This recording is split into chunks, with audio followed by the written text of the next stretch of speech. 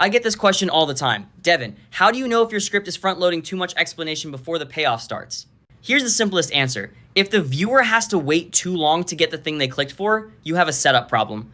The test I use is what I call promise, proof, then context. By about sentence 2, I should know exactly what I'm getting. By the next 10 to 20 seconds, I should feel the payoff. Starting an example, a result, a demonstration, a sharp insight, something concrete. If I'm still hearing definitions, backstory, or scene setting before that happens, the script is probably late.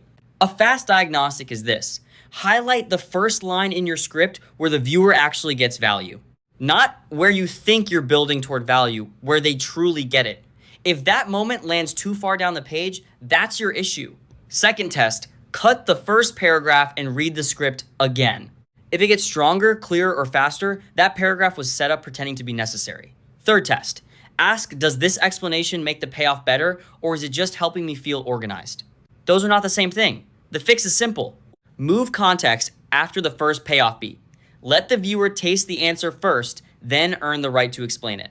Inside Satura, this is exactly how I like to structure scripting workflows. Payoff markers first, supporting context second. So the rule is, don't open by explaining the topic. Open by delivering the reason the topic matters. That usually fixes slow early structure fast.